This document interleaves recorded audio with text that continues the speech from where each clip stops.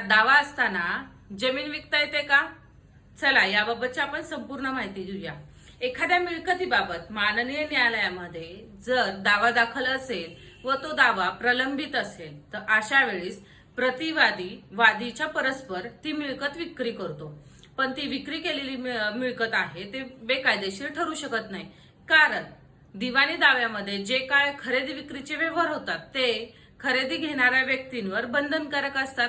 परंतु दाव्यामध्ये न्यायालयाने मिळकतीवर खरेदी विक्री करण्याचा मनाईचा आदेश दिला असेल तर ते मिळकती खरेदी करता येत नाही, कारण माननीय न्यायालयात विक्री करू नये असा आदेश दिलेला असताना विक्री जर झाली असेल तर तो माननीय न्यायालयाच्या आदेशाचा भंग केला असं ठरलं जातं व तो पक्षकार कारवाई होण्यास पात्र ठरतो।